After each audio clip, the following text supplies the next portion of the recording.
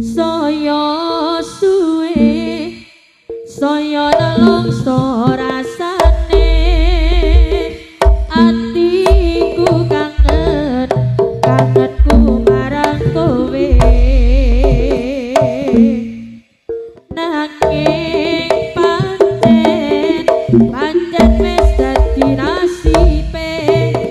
durung bisa sesandingan karo kowe harume kembang mekar ing wayah sore aroma bune isih bisa tak rasake nanging arume rambutmu amung bisa tak bayangke mergo kowe ra kene aku lunga ning kanca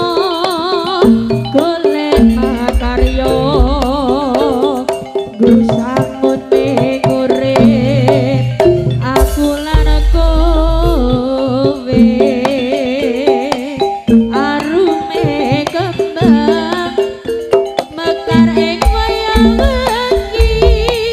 dadi tombo kangenku jroning ati kabehku hayu lila nulungku aku ra bakal lali marang janji sing ketali nisimpan limo iki sing ngeseni supaya ngati janjiku mengko mesti tak tepati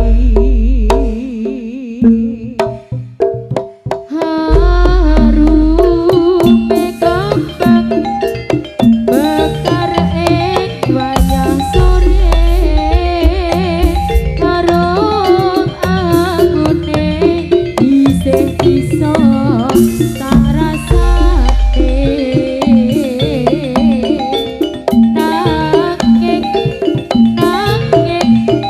nanging arume rambutmu amung bisa tak bayangke mergo kowe ra kene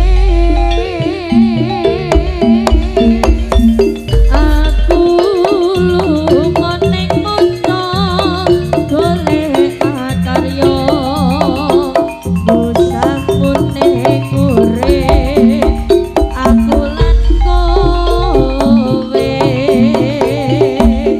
arume kembang